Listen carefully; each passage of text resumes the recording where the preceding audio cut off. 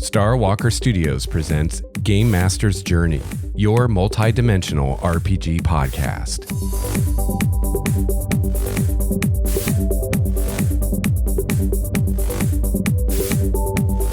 Hello, fellow gamer. Welcome to episode 133 of Game Master's Journey, your multi-dimensional RPG podcast. I'm Lex Starwalker, and on this show, we discuss the craft and art of game mastering. Not only do I pass along any knowledge I've gained over 25 plus years of running RPGs, I also share wisdom from guest GMs and listener GMs like you. Today, I'll discuss bringing Strongholds and followers back from 1st edition into 5th edition for use in my Primordia games. But before that, I'll review some of the 5th edition supplements being put out by Limitless Adventures. So join me on the journey. Together, we can become game masters truly worthy of the title. Well, it is good to be back here talking to you today about RPGs and gaming and game mastering and all that good stuff. Really love doing this show, and it's always great to be back behind the mic and getting into the nerdiness and awesomeness of this hobby. I've been getting a lot of great feedback on recent episodes, and I really appreciate everyone who's given me feedback. Thank you so much. Really appreciate it. And our community over on Google Plus for Game Master's Journey has been going strong. We've gotten a lot of new members in the last week, and hearing from some new members. We just had a member post their homebrew world this week, which is super cool. And we've got other people that post on a regular basis and really like what's going on over there at the Game Master's Journey community. Great time. I spent a good chunk of my day Sunday just interacting with people on the community. We had some really interesting threads about various things going on, and people have really great ideas over there. And, you know, this probably isn't news to anyone who actually pays attention to the community, but a lot of times topics for this show come directly out of discussions on the community. Sometimes I'll be planning to discuss something on the show, so I'll bring it up to the community to kind of get some ideas from other people before I broach the subject on the show. And then other times, me or someone else on the community starts a conversation and it gets going, and I think, hey, this is a good idea of something to talk about on the show. So it's a very symbiotic relationship, and it works quite well. So actually, one of our topics today, namely bringing Strongholds and followers back into the game, is a topic that I broached with the community this last weekend, just to kind of share some of this with people in the community and get some thoughts from people. So I'm going to be covering some of that today later on in the episode and talking about kind of how Strongholds and followers worked in 1st edition as a beginning to coming up with something for 5th edition that's going to work for me in my homebrew world of Primordia. So if you played 1st edition and you remember the Strongholds and followers rules from back in those days, this might be nostalgic for you. It might be kind of nice to revisit those simpler times.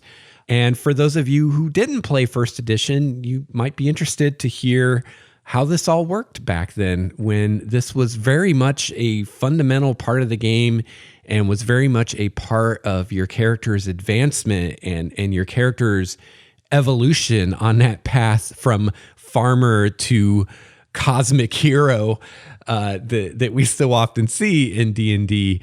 And, you know, it's unfortunate that we've lost that in 5th edition. And I think that its absence is very much felt. And there is kind of this hole in the game where something's missing. And that something that's missing is Strongholds and followers. But we'll talk more about that later in the episode.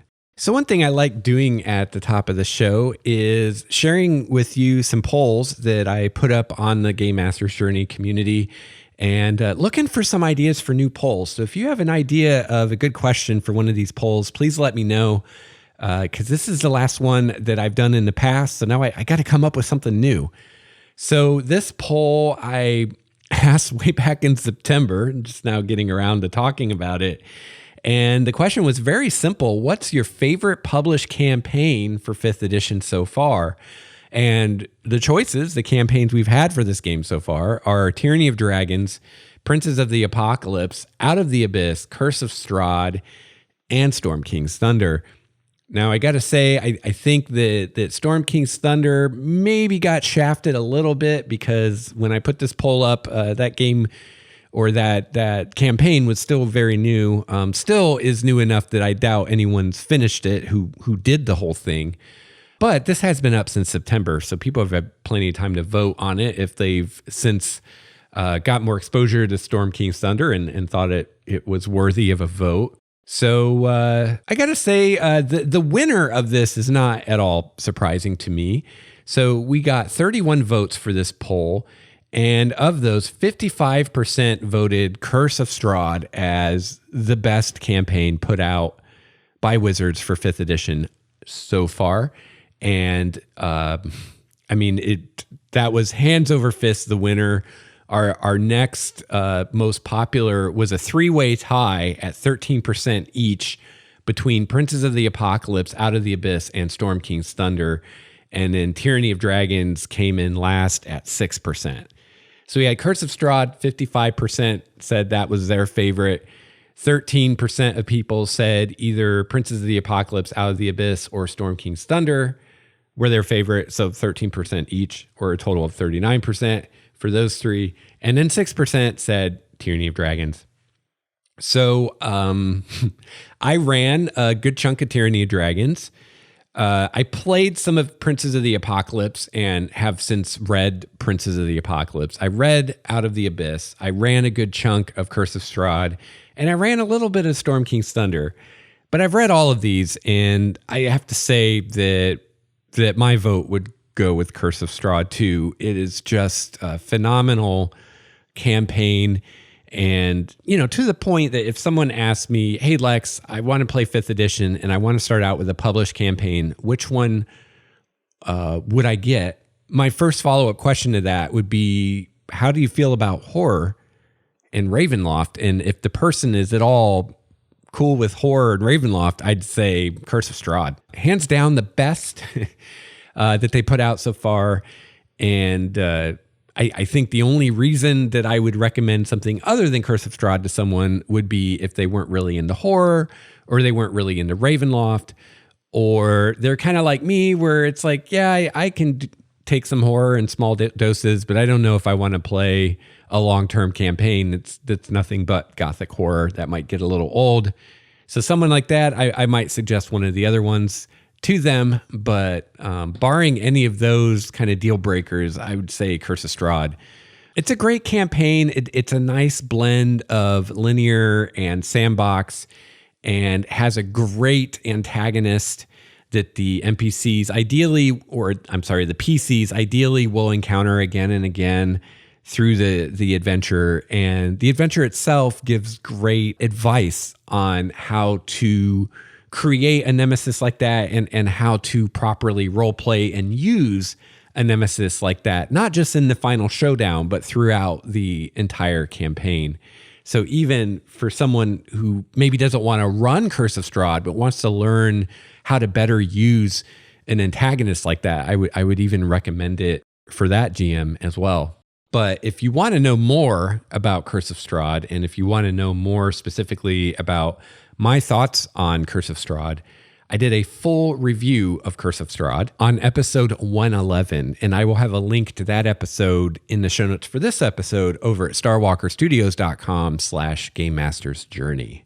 All right, so there's the results of that poll. Curse of Strahd, clear winner there, and looking for more ideas for polls. So if you have an idea for a good poll question, shoot me an email, gamemastersjourney@gmail.com, and let me know, and I'll put a poll up for everyone to vote on. This is Shane from the Total Party Thrill podcast, and you're listening to Lex Starwalker on Game Master's Journey.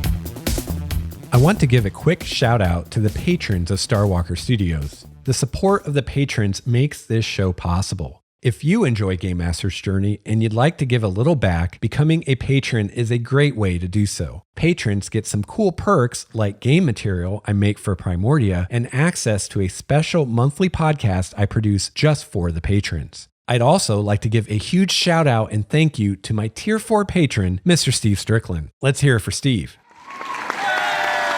Yeah. Yes. You the man. Thank you so much, Steve, and thank you to all the patrons. You can find out more about becoming a patron by clicking on the Patreon button at the top of the show notes at starwalkerstudios.com.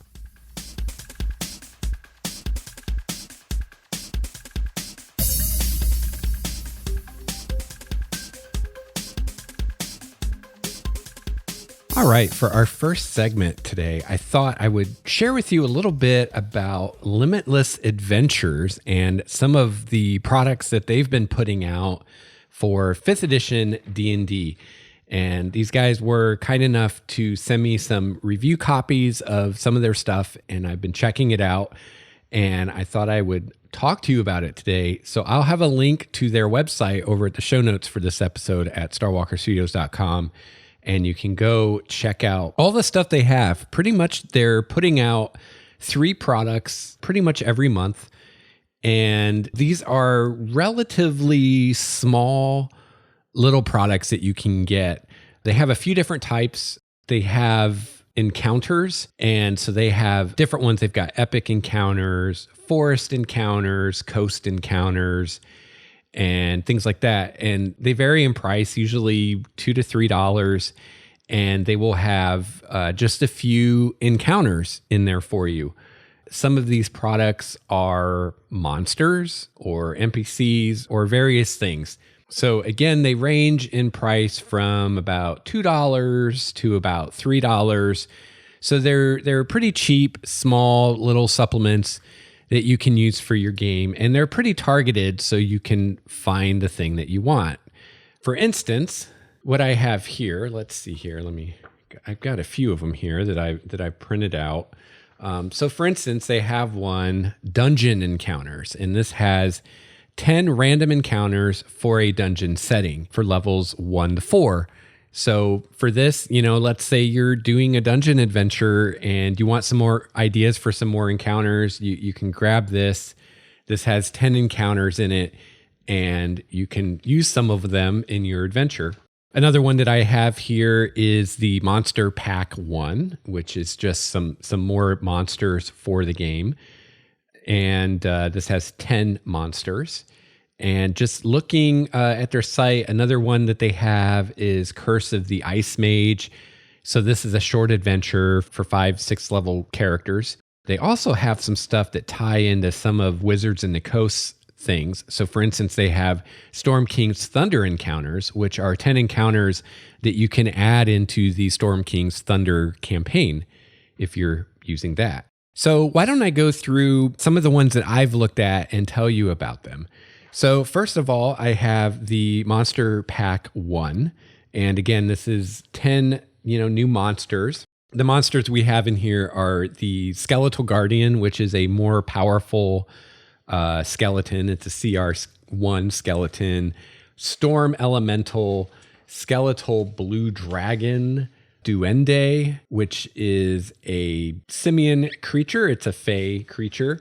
Half Red Dragon Wyvern, Apprentice Mage, Charnel Hound, Fighter Mage, Pestilence Harpy, Abyssal Warlock, and Animated Object, Animated Ballista.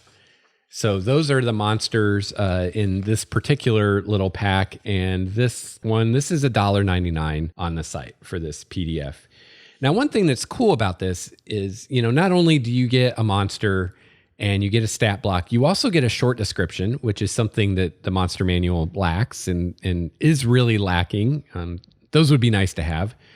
So for instance, Skeletal Guardian here, we have a skeletal warrior clad in scraps of armor and a grimy tabard. So each of these has a short little description like that you could read aloud to the players or paraphrase if you wanted. We then have the stat block, and we have some, description, just like what you would have in the monster manual. Some of these have a designer note, which I quite enjoy, which is just, something from the designer about what they were thinking when they made this monster or something like that. So for instance, for the Skeletal Guardian, it says, I've always thought that skeletons were interesting and visually unsettling monsters, but they are too weak to pose much of a threat after level 1. The Skeletal Guardian is simply a tougher skeleton.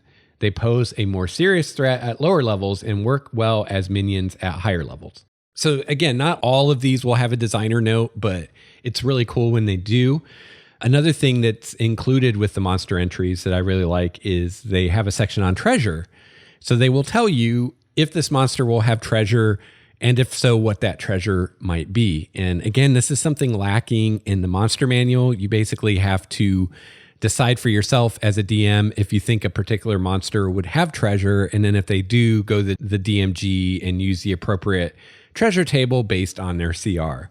So this is nice because it's more individualized for that particular monster. So for instance, with the Skeletal Guardian here, it says Skeletal Guardians no longer care for treasure, though their weapons are usually well maintained and serviceable. So, this is telling you you're not going to find golden gems from one of these skeletons, but you could use their weapon if they have a weapon, like maybe you have a short sword and the Skeletal Guardian has a long sword. You could use that long sword.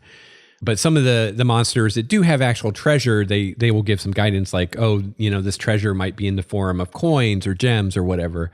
So it's always nice to have information like that as a GM that you can either use or ignore. And then the other thing I really like about their monster entries and also their encounters have these same features. They have the treasure and the description and all that. The other thing I really like is they have a further adventure section. And what this is they give 3 little plot hooks that you can use to do more with this monster or this encounter than what you have right in front of you. And the encounters that they have the same thing.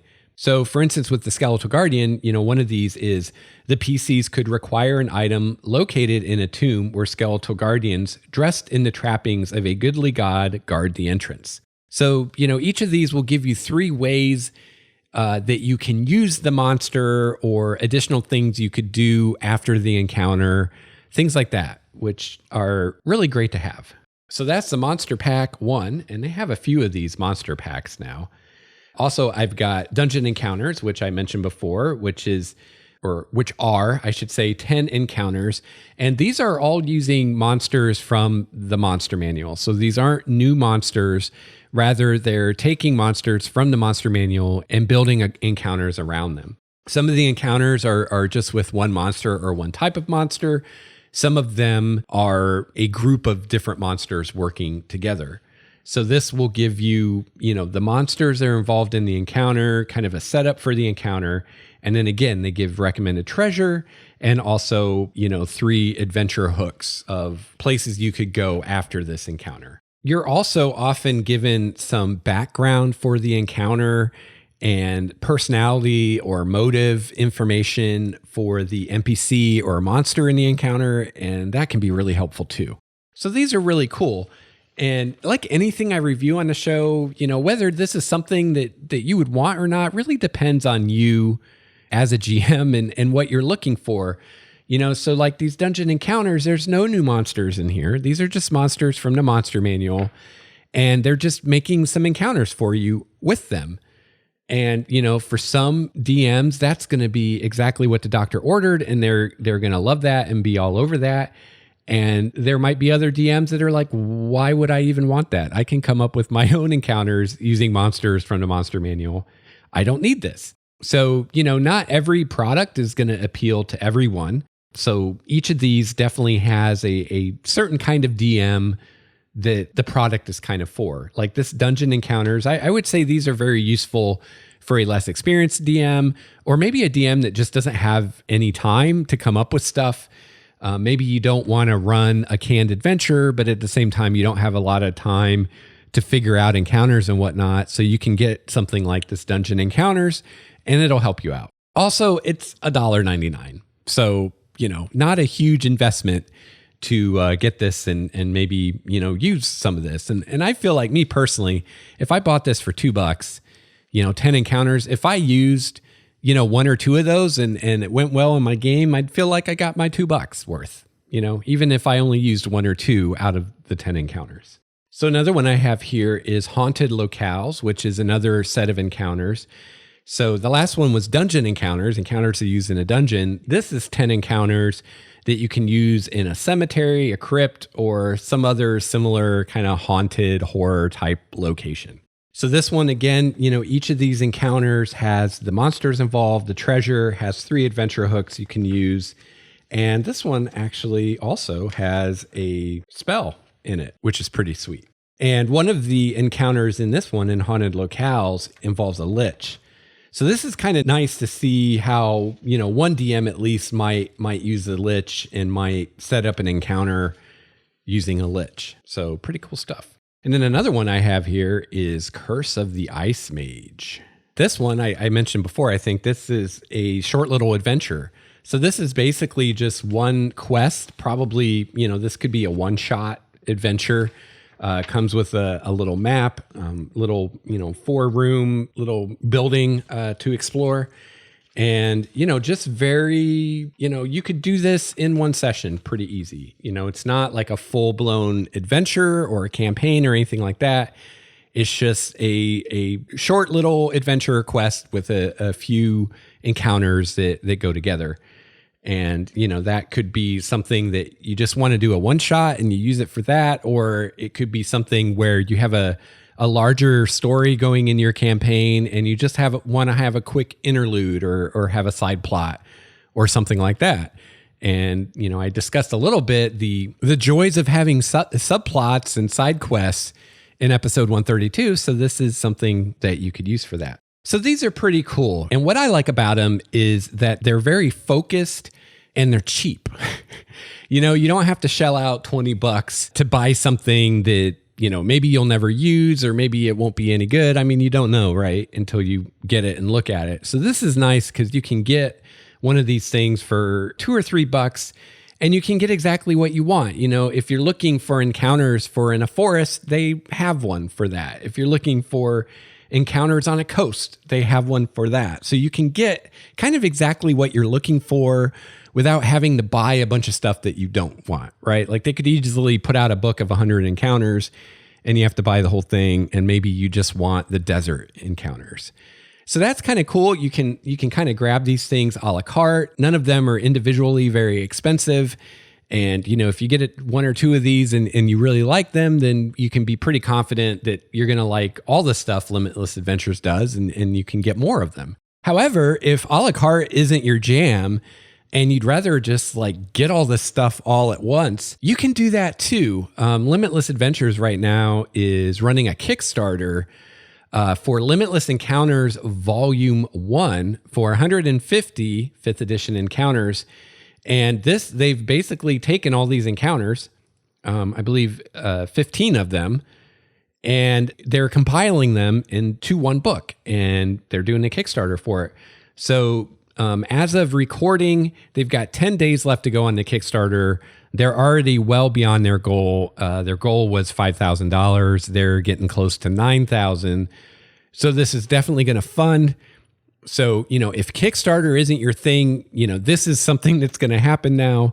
So you can just wait. And I'm sure once the Kickstarter is over and the Kickstarter has been fulfilled, I'm sure this book will be available on Limitless Adventure's website, and you can just buy it there and you don't have to deal with Kickstarter at all. Or if you're in the Kickstarter, you can go check out their Kickstarter, and I'll have that linked in the show notes at starwalkerstudios.com as well. And you can get in on the Kickstarter. So let's see here. It looks like at the $20 level, you get the full color PDF of Limitless Encounters Volume 1. So $20 for the PDF of this whole thing. For $25, you can get the black and white softcover copy, which will be 175 pages. Or for $30, you can get the full color soft cover version. So $20 for the PDF, $25 for the black and white, or $30 for the full color.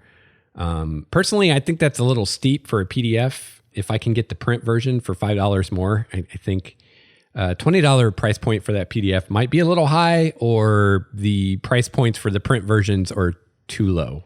One of the two. but your mileage may vary. So definitely check this out. Check out their stuff. If you're doing 5th edition, you might find these really helpful. And I've looked at quite a bit of third-party stuff throughout my years of running and playing RPGs, and I've seen really good third-party stuff, and I've seen really bad third-party stuff. And even just 5th edition, I've seen a pretty wide spectrum of terrible to good third-party stuff. So looking through this, it's well written, well edited. I'm not seeing typos or grammatical errors jumping out at me. In fact, I've seen fewer errors like that in these than I saw in Volo's guide, which had quite a few typos sneak past the editors for some reason. So no problems like that. They're well written, easy to understand. They give you the information you need without wasting your time with a bunch of words you don't need. The descriptions are good and to the point and evocative, the kind of descriptions you want to give as a GM. Again, they're giving you just enough. They're not like giving you way more than you need or want. They're giving you enough to get you going and that you can build on if you want to. And another thing, I don't know about the book that they're going to put out from the Kickstarter, but these little PDFs that you get a la carte are pretty light on art, which I actually like. It makes them very nice for printing. If I get a PDF and I'm actually going to use it in my game, then I'm going to print it. And it's nice that I'm not going to use up all my expensive color ink or a lot of ink to print these. And, that's really nice. And, I think some third-party products, they go a little crazy with the art and the colors and stuff, and it just makes it more expensive for you to print the stuff out. And unless the art is really amazing and you're going to actually show it to your player characters, like you don't really as a DM need art to print out for your notes to use during the game for like one of these encounters. So it's nice to either not have art or have the art be black and white line art that isn't going to eat up a lot of ink, or have it be on its own page so you don't have to print it out if you don't want to, and you can just show an image of it on your tablet or whatever to the PCs. So I really appreciate that.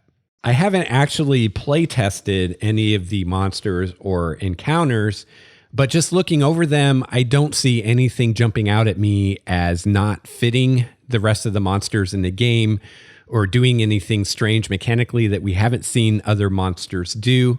Everything, at least just looking at it, looks balanced and like it fits the system. And if you're wondering, well, can you really tell by looking at it? Sometimes you can.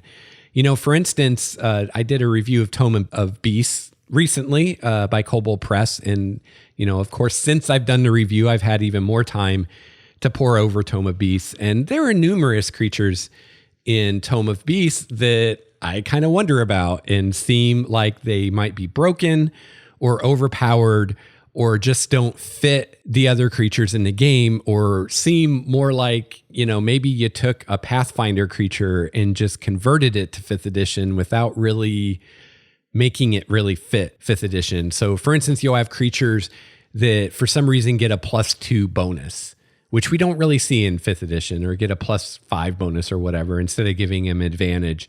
You'll see creatures that their special thing is they can have more than one bonus action, which to my knowledge, I haven't seen anything else in this system do that before. So you have to kind of wonder, is this creature having multiple bonus actions, is that really balanced or not? Again, I don't know. I'd have to play test it to be sure, but you can see things like that kind of are like, this doesn't seem quite right.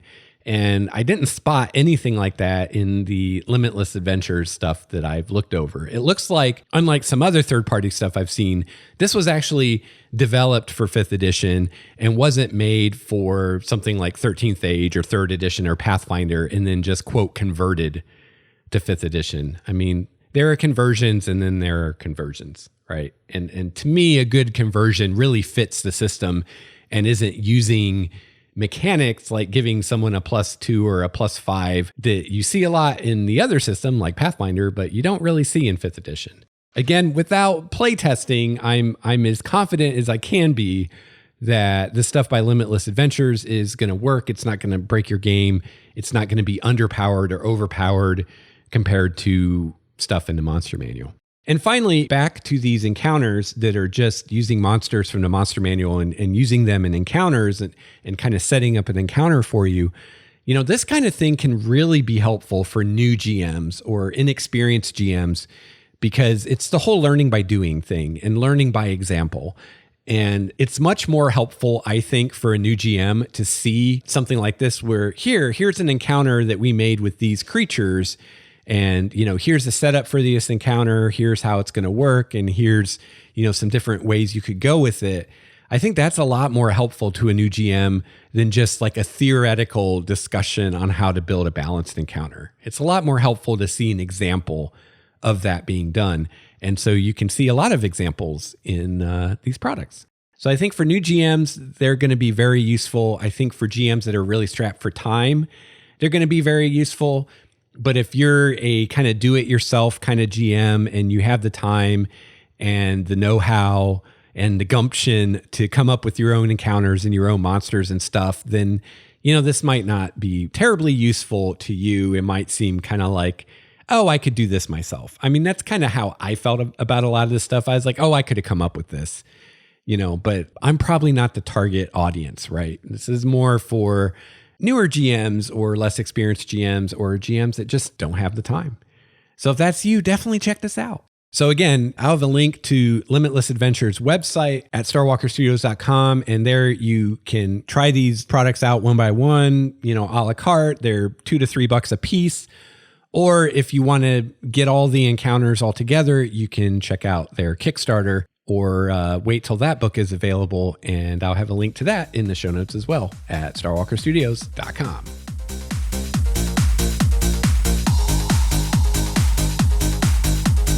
My favorite part of the show is when I hear from listener GMs like you. If you have feedback for the show, whether it's a comment on today's topic or an idea for a future topic, I'd love to hear from you. There are a lot of great ways to get a hold of me. You can email me at gamemastersjourney@gmail.com, follow me on Twitter at LexStarWalker, Google Plus LexStarWalker, and finally, you can visit the website starwalkerstudios.com to get links to my Patreon page, YouTube channel, and more.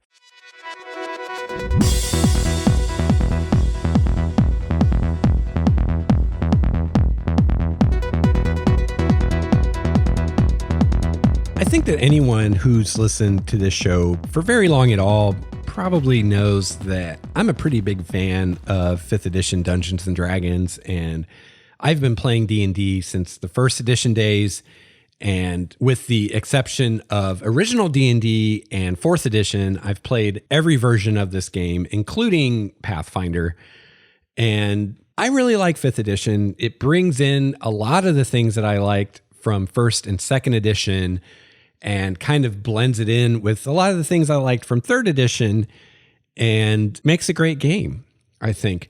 But that said, there are some really cool things from the history of the game that have been lost. And if you would have asked me a year ago or 2 years ago, I probably would have said that I think that eventually these things will come back in the form of supplements that Wizards will do in the future.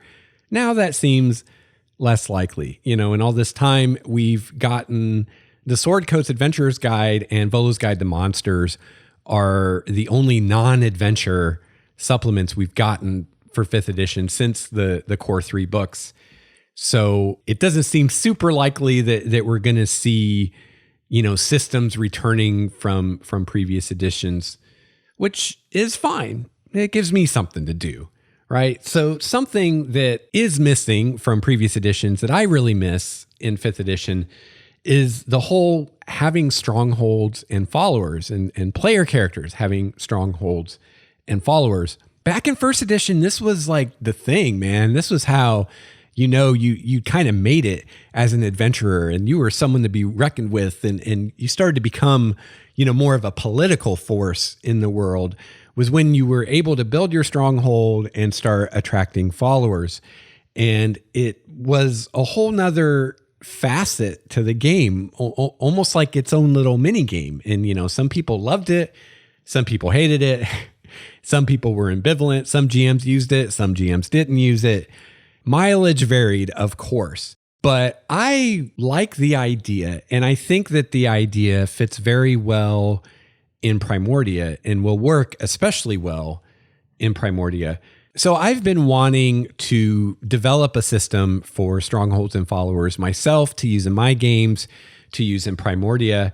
And, I've been kicking around ideas about this for a while, but recently I started getting into the nitty gritty of the mechanics and starting to figure out, exactly how I'm going to make this work.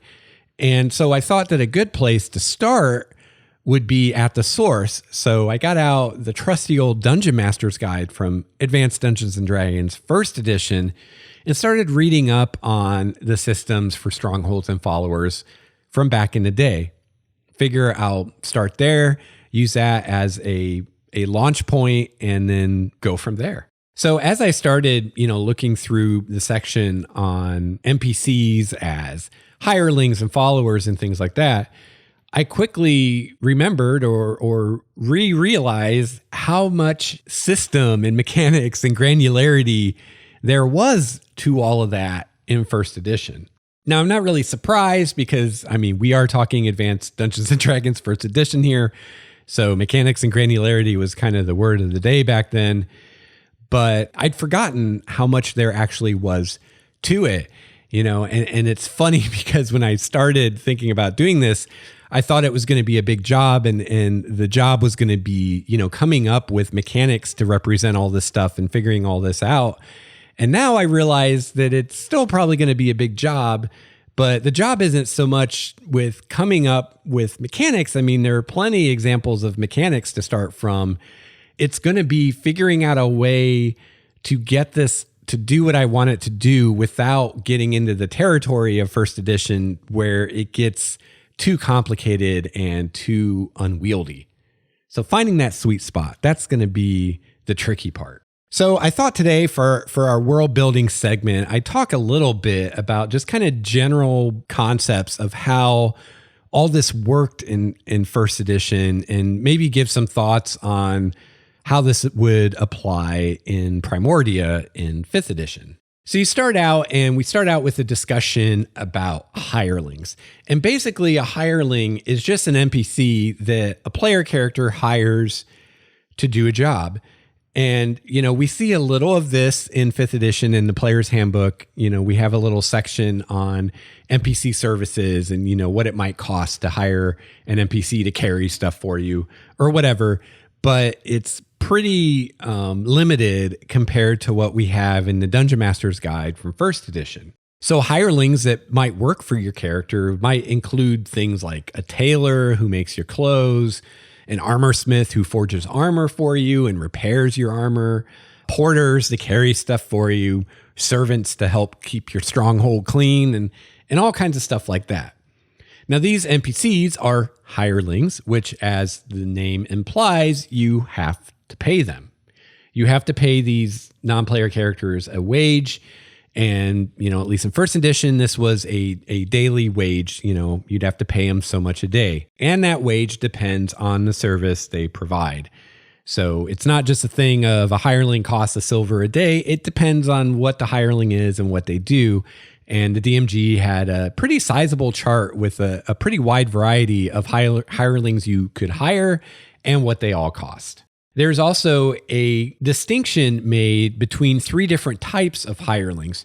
You started out, you had your common hirelings. So this could be someone like a porter or a messenger or a minstrel. These are people doing jobs that basically anybody can do. It's not a job requiring training or skill or anything like that. And so these guys are relatively cheap to hire.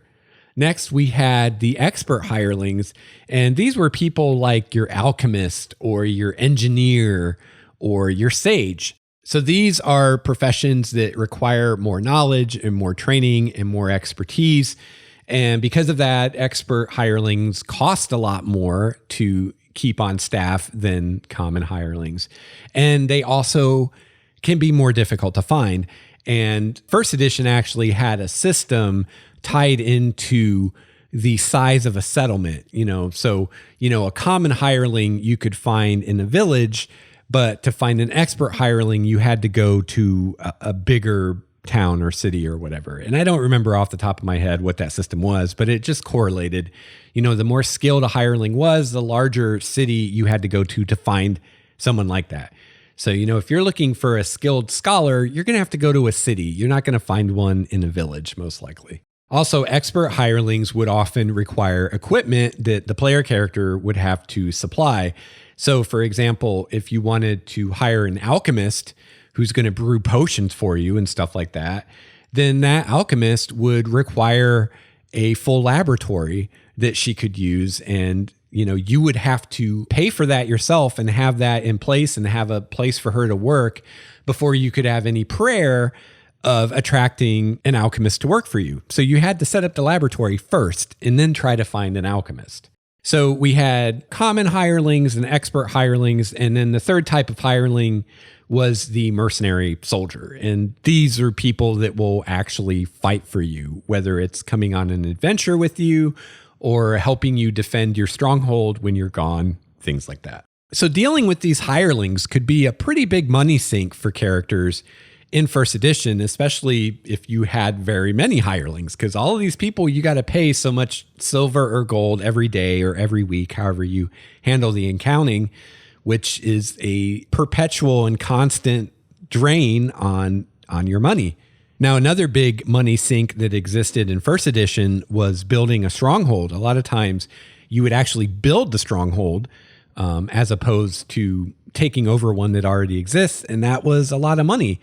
Or even if you take over a stronghold, chances are you had to besiege it and maybe did some damage to it, or it's been abandoned for a long time. Either way, there's going to be the cost of repairing it and getting it back up to code, so to speak. And then there were maintenance costs and just maintaining a stronghold. Your stronghold needs a staff, hirelings that clean it and do all the things that need to be done in the stronghold. And you've got to pay them and you've got to feed them and clothe them and all that good stuff. So, your hirelings and your strongholds in first edition were pretty big money sinks for PCs that really kind of bought in and went all in on that kind of stuff. And not only could be a money sink for individual PCs, but could be a money sink for the entire group, especially if you have a group where multiple PCs or maybe all the PCs have hirelings and strongholds. Then they're all needing that money and they're all needing to adventure more and grow their fortunes so that they can afford to pay all their hirelings and keep their stronghold up and running and still enjoy their opulent lifestyle that they've gotten used to as adventurers. So once you had a hireling and you've got this hireling working for you, your hireling could eventually become a henchman. So a henchman is a hireling that you've built a strong relationship with. And this was completely role-playing. The advice given to the Dungeon Master in the Dungeon Master's Guide pretty much said that, there isn't like a system to this. It's not like a player character makes a ability check and now they have a henchman. They have to role play it and they have to, role play cultivating that relationship over time. They're not going to do it in a single gaming session. But if you've got a hireling and you really build this relationship, this friendship with that particular NPC, then that NPC can become a henchman. Now, a lot of this goes into the kind of the levels of these things. So in first edition, NPCs had levels just like player characters do. They had their own classes. They had NPC classes that were different from PC classes. It was very complicated. And I'm really glad that 5th edition has gotten away from that. But because of that, you had to worry about the levels of NPCs. So your hirelings usually were first level and for the most part remained first level. You might have one get as high as maybe 3rd or even 5th level, but that was pretty rare. But once a hireling became a henchman, now they can gain XP. They usually would get a PC class at this point. So instead of being an NPC warrior, they're now a PC fighter, which is just a better class. The NPC classes weren't as good as a PC class. So a first level fighter had more class abilities and perks than a first level warrior did, for instance. So your henchman gets a level in a PC class and now gains experience. So hirelings, you could have as many hirelings as you could afford to have. However, henchmen, you were limited to a certain number, and that number was determined by your charisma score. Your henchmen, like I said, could earn experience and gain levels. However, their maximum level was limited to 3/4 your PC's level. So if your player character is 20th level, your henchman could get up to 15th level, but no higher. Henchmen got a half share of loot and experience that the PCs get from adventuring. And this got a little mathy, especially the way back in the day in first edition, they told you how to figure this out, I guess, before, everybody had a calculator at hand all the time. They had this kind of convoluted seeming to not very mathy people way of figuring out what that half share would be and what everybody else gets. That I think a lot of players or GMs, if they saw that today, would be like, I think I'm going to find something else to do with my time other than play this game. But back in the day, we were okay with that, I guess. I guess to be a DM back in the day, you had to have some basic math skills. So yeah, it got a little mathy because the henchmen got a half share of loot and XP. So, if you had a group of, maybe 4 PCs and 3 henchmen, and they got X amount of XP and so much loot, then you had to figure out what the shares and the half shares were. Kind of complex. Luckily, I can avoid all that because in 5th edition, NPCs don't have levels. They're not player characters. They have totally different rules, which is nice. And, if I have a henchman in the game, I would not have that I would not make a player character for that. The henchman would be an NPC. And instead of having a player character with a level that's getting a half share of XP and leveling up accordingly, instead, I would just come up with a system where the henchman is an NPC with a challenge rating, and that challenge rating is a function of your player character's level. So as you gain levels over time, your henchman's challenge rating will go up, which means more hit dice, more hit points. So basically, effectively, the exact same thing as what happened in first edition, just a lot easier to do without any wonky math involved and without messing with XP payouts, which is nice because most of us, I think, running 5th edition these days aren't using XP anyway. So any system like this that referred to XP would be problematic. So, the way I'm going to do it with CR, it's not going to matter if you're using milestone or if you're handing out XP. It's going to work the same way no matter which way you're doing it. Now, something that was interesting about henchmen, your hirelings were NPCs played by the dungeon master, just like all NPCs. However, the henchmen were this weird NPC that the dungeon master and the player shared. And the way this is presented in the Dungeon Master's Guide, it's kind of assumed that this whole idea of having this NPC under your control as a player is going to be a new idea to the player. It's going to be an idea that they're going to take some time to get used to and comfortable with. So there's discussion about how to, start out this henchman is completely over or under DM control, but gradually over time, you give the player more and more responsibility and control over this henchman as they feel comfortable with that, which I think is pretty interesting. Role-playing was a new thing back in the day of first edition D&D, so chances were good if you hadn't played D&D before, you hadn't played any RPG before.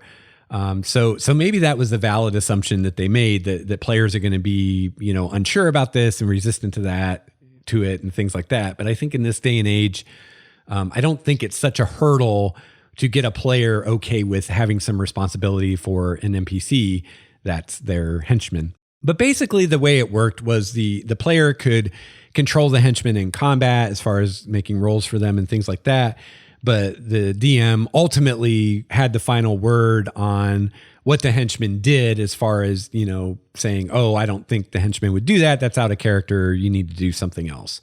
So, the henchman was largely under PC control, but the GM always had veto right if the PC was doing something or the player was doing something inappropriate with the henchman. Now, once a PC reached 10th level and built a stronghold, she could start attracting followers. So, this is totally different from your hirelings and your henchmen. Your hirelings, are people that you're paying to do a job for you. Henchman is a hireling that over time you've really built a rapport with, and now they're more invested in you and you're more invested in them, and now they become a PC class. They start gaining levels and things like that, getting treasure, stuff like that. Followers, on the other hand, are something that you gain just by becoming 10th level and having a stronghold. These are usually seen as fellow adventurers who are not as accomplished as the player character, who admire the player character and are following the player character in order to learn from a master, kind of thing. So if the PC is a fighter or a paladin or something like that, this follower could be one of your squires that wants to be like you someday. Or if the PC is a thief or a bard or something like that, then the follower is someone that wants to study under a master. Or if the PC is a wizard, this is their apprentice. Once you reach 10th level, you would roll on a table that was based on your class to determine how many and what type of followers you would get. And usually you'd get, a number of them. And then one of your followers was a special follower called a retainer. So maybe you're 10th level, maybe you get a bunch of followers that are men-at-arms that are like 3rd level or something. Well, your retainer would be one NPC follower that is higher level than the others. So maybe you have a bunch of men-at-arms are 3rd level, and then you've got this retainer who's 6th level. And the way this was often worked out was the retainer was kind of the commander of your other followers.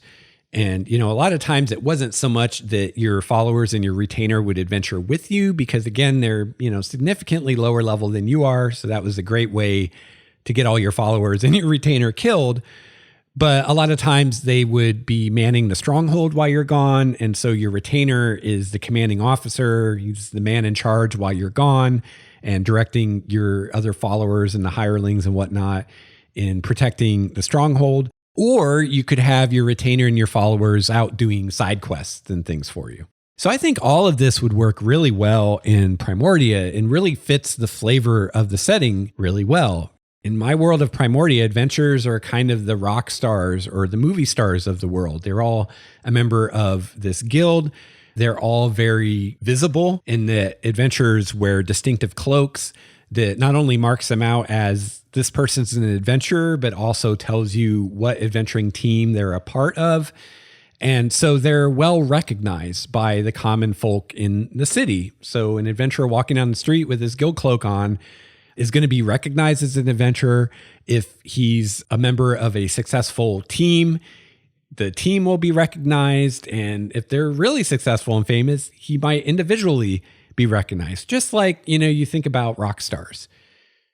So a really popular rock band, you might recognize the band, and a super popular rock band, you might recognize the singer, right? Same kind of thing. Or a sports team would be another good example. Football team you're really into, you're going to recognize their jerseys. You're going to know who the various players are and recognize them by their number. Same kind of thing. So I think in a culture like that, where adventurers are looked up to by average people, it only makes sense that there would be people that would be aspiring adventurers and would want to kind of ride the coattails of these experienced adventurers and learn from the masters, and maybe, a little bit of their success and fame will rub off on them. So I think the idea of having henchmen and followers and retainers completely makes sense for adventurers in Primordia. I also think that combining followers and hirelings with the ability to have strongholds will give PCs a lot of cool possibilities of what they can do with all that loot that they accumulate. Every once in a while, you'll see someone complaining about 5th edition in that they think that there's not enough for player characters to spend their gold on. If you run a campaign, into the high levels, start at level 1, run up to 15, 17, 20, your player characters end up with a lot of gold and treasure. And, especially if you're running in a more standard D&D world where they can't just go buy magic items, it's like, what do they do with all this loot? In previous editions, player characters would spend a lot of their money crafting magic items and things like that. And we don't so much have that in 5th edition. And also, 1st edition had Strongholds and, that you had to pay money for, and had hirelings you had to pay. And again, these are money sinks that don't so much exist in 5th edition the way a lot of us are playing it right now. So I think that this will give PCs something to do with that money that isn't just a money sink, isn't just a way for the DM to siphon off some of that money, but is something that the players can be engaged in and can enjoy as its own little mini game, but that also ties into the game as a whole. It's relevant. It's not unrelated. And not only can the player characters spend gold on their hirelings that they have to pay wages for, and their followers that they have to provide equipment and food and stuff for, but they also can use loot that they accumulate to outfit their followers. So maybe, when you were 3rd level, you found that +1 longsword, and now you found a Holy Avenger. Instead of just selling that +1 longsword or letting it rust in the bag of holding, you can give it to your retainer to use. And now your retainer has a magic longsword. And, that can be really cool to have, this man-at-arms that follows you around, that's your biggest fan, who's wearing your hand-me-down armor and magic items. And that can be a lot of fun. I think this also will open other possibilities, as your trusted retainers and followers can be used to pursue side quests at the same time that the main characters do something else. And if every PC in the group has followers, you could even have those followers going on multiple side quests at the same time. It's also going to ensure that the player characters have people that they can hopefully trust with things like managing their stronghold when they're away, overseeing any business ventures that they're undertaking, like maybe they bought an inn that they're running, or maybe the fighter who also knows armor smithing opened a smithy. These followers can be trusted people that can oversee those kinds of things while you're out adventuring. Finally, if you wanted to, you could have game sessions where the players actually play their retainers instead of their regular characters, just for a change of pace, just to do something different. So maybe your campaign's gotten in the high levels and you're all 15th level and on this epic, world-shattering quest. It might be fun for one session to instead play your 6th level retainers that are off on their own quest and have combats that don't take an hour, and just enjoy some lower level play for a session and accomplish something in that session that can be of benefit to your other characters in the main storyline. So it's not like you just went off and played another game for a night. It can have bearing and relevance on your campaign and on your main characters. So all of these, I think, are really good reasons to bring Strongholds and followers back in the game. It can bring these added elements into your game and give player characters even more to do than just go out and fight monsters and steal treasure from people. Now they can work on their stronghold and maybe make it bigger, or improve the defenses, or repaint it a garish color, or, work on building their army or whatever they want to do. Or the wizard can train his apprentice, or hire an alchemist to brew healing potions while you're out adventuring. I mean, the possibilities are practically endless. And I feel like this is one of those rare instances where you have something where everybody wins. The game master wins because you have some ways to divert some of the money and magic items that the group has accomplished into something that will ultimately benefit the players and will enrich your campaign. And the players won't feel like, oh, the GM just robbed me of all my treasure, right? Because, yeah, you could have a thief come in and steal all their gold and haha, now you don't have all that gold. Or you could have, one of their magic items get stolen or destroyed or something like that. But that always is going to feel at least a little bit like, oh, the GM kind of screwed us. He gave us treasure and then he took it away. Where on the other hand, if the player is paying gold to hire hirelings or to outfit their followers, it doesn't so much feel that way.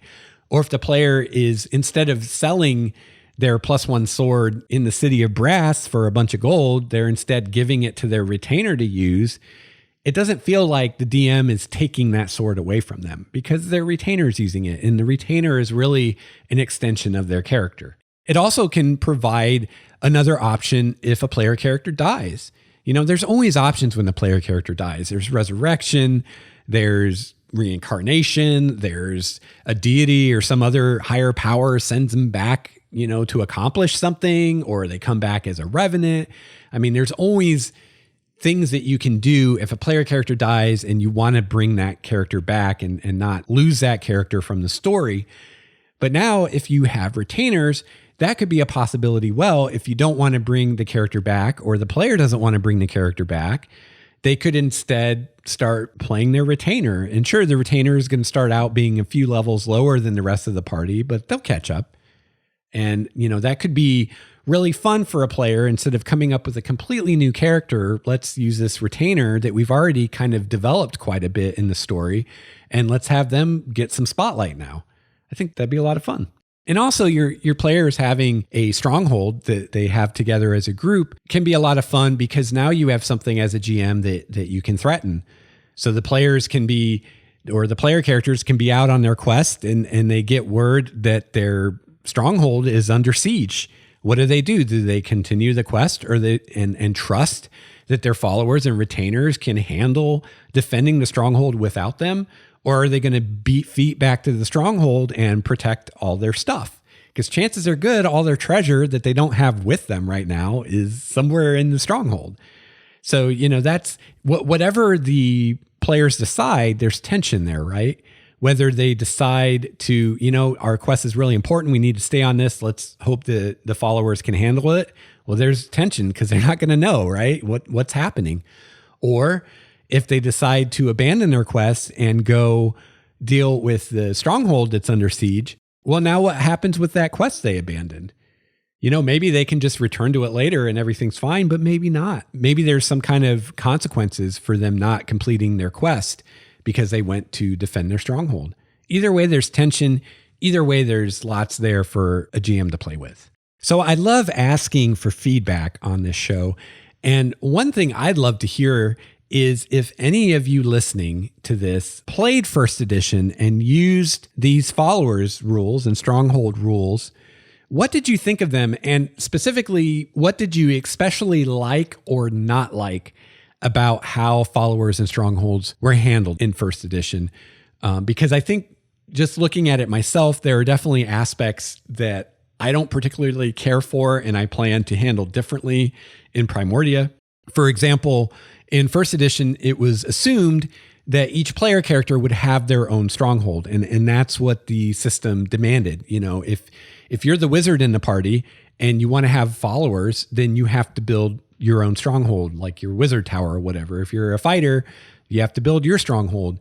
And I don't really like that. I mean, that would be fine in a group where only one of the player characters or one of the players wanted a stronghold and wanted followers, and then that would be fine. That would work fine. But in a group where you have more than one player who wants a stronghold and followers, I'm not a fan of each of them having their own place. I think it's much more useful and fun dramatically and from a storytelling perspective if they have a single stronghold that they work on together. So what I'm planning to do is have the stronghold be a group or a party resource as opposed to an individual resource. And as long as your party has a stronghold, then you can attract followers. You don't need to have one yourself. And that way the party can have one stronghold. And instead of having each player character have a separate stronghold, instead each player character can have a part of that stronghold that's their domain. So maybe you're looking at a classic Mott and Bailey castle kind of deal, right? So, maybe the fighter is responsible for the outer wall and keeping that up. And also, all the soldiers that man the wall and defend the stronghold are the fighter's problem or the fighter's domain, while the wizard, takes over one of the towers and that becomes his wizard's tower. And he's got a full laboratory in there and all that stuff. And he's got apprentices and scribes and whatnot working for him. While the cleric, she's got the temple and she's got people working for her. And so each player character has their part of the stronghold that's theirs, that they're in charge of, that's kind of, their bat cave kind of thing. And, obviously what you would need in a stronghold is going to depend on what kind of characters you have in your party. So, if you have a druid in the party, then the stronghold should probably have some kind of grove or something on the land that the druid can use. If there's a cleric, then there needs to be a temple or a shrine, et cetera, et cetera, et cetera. And, if you're going to do something like this in your game, don't feel like you have to do all this as a GM. This is great stuff to put before the player characters or before the players. I always confuse those. Sorry about that. Put before the players and say, hey, look, you guys are going to have the stronghold together, but I want each of your characters to kind of have a part of the stronghold that's theirs. It's kind of their domain. So ask each player, what would that be? And maybe the druid player will say, oh, I think it would be a grove outside of the castle. Or the druid player might say, I think it'd be cool if there was a cave below the castle and I have some kind of grove inside the cave or whatever. Let the players kind of think of what they think would be cool and then work with that. And if they're building the stronghold themselves, then they can make it whatever they want to be. If they're not, though, if they've inherited one or they've taken one over, then I would just either if you want to do it yourself as a GM, just figure this out ahead of time so there's a part of that building or that castle or whatever that will fit each of the player characters, or have a discussion with the players ahead of time and be like, hey, not to let the cat out of the bag, but this castle that you guys are assaulting, you could take over if you want. And if you want to do that, what would your character like to have there as far as his area? So if there's a bard player, what does the bard, what would you like to have in the castle for your bard? And maybe the player will be like, oh, I think it'd be cool if this castle had like a meeting hall that I could use as a performance hall, and be like, done. There we go. So again, if you played with these rules in first edition, I'd love to hear from you what you liked, what you didn't like about them, what worked, what didn't work, because, I didn't have a lot experience with them myself. I never actually ran first edition. I played it a little bit, and I never actually had a player character in first edition who had a stronghold or followers. I was in a few groups where other players did, so I kind of saw it, from kind of a removed perspective. So I didn't really have much personal experience with these systems. So I'd really be interested to hear from any of you who played them, anything that you'd think didn't work well or was annoying about it, that you'd like to see either just go away or be improved for 5th edition and or Primordia. I'd love to hear what you think.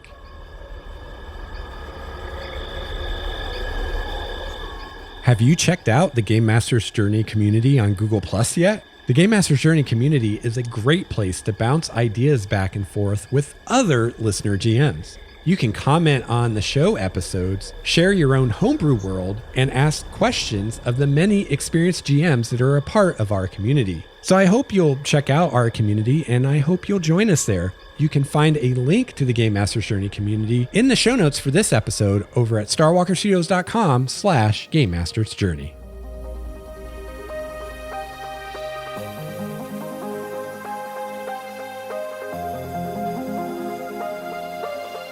All right, well, that is about it for episode 133. Hope you enjoyed the discussion today. Hope you had as much fun as I did.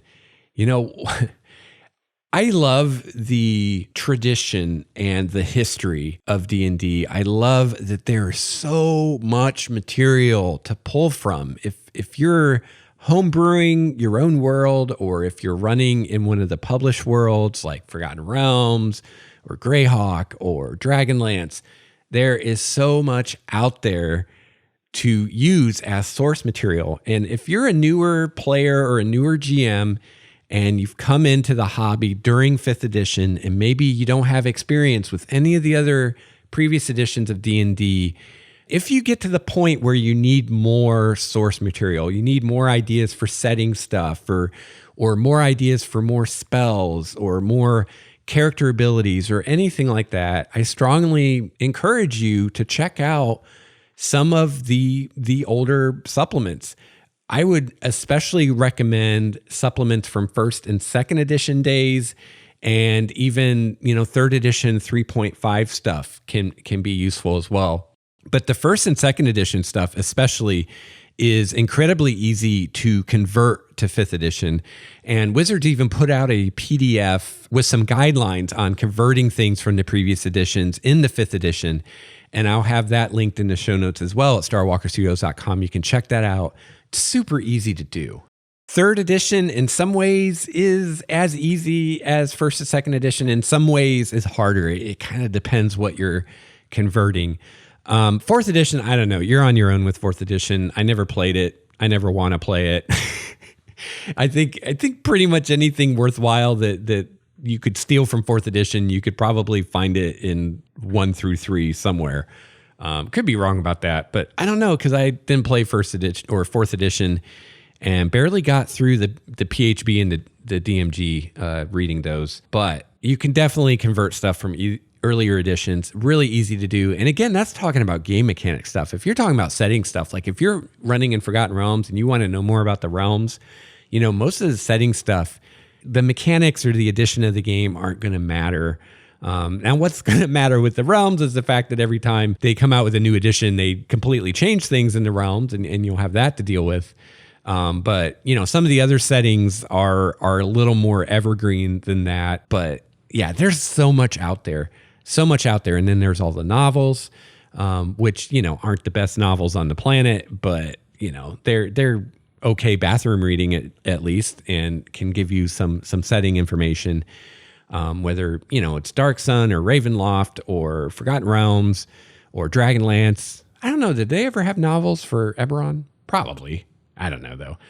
But yeah, there's just a lot out there, even without going into other systems or other companies that are doing third-party stuff for D&D. Just staying within D&D itself and just going through the history of D&D, there's more than you could probably ever use. And I really encourage you to check that out. If you're a newer gamer and you haven't seen stuff from the early days, definitely check it out.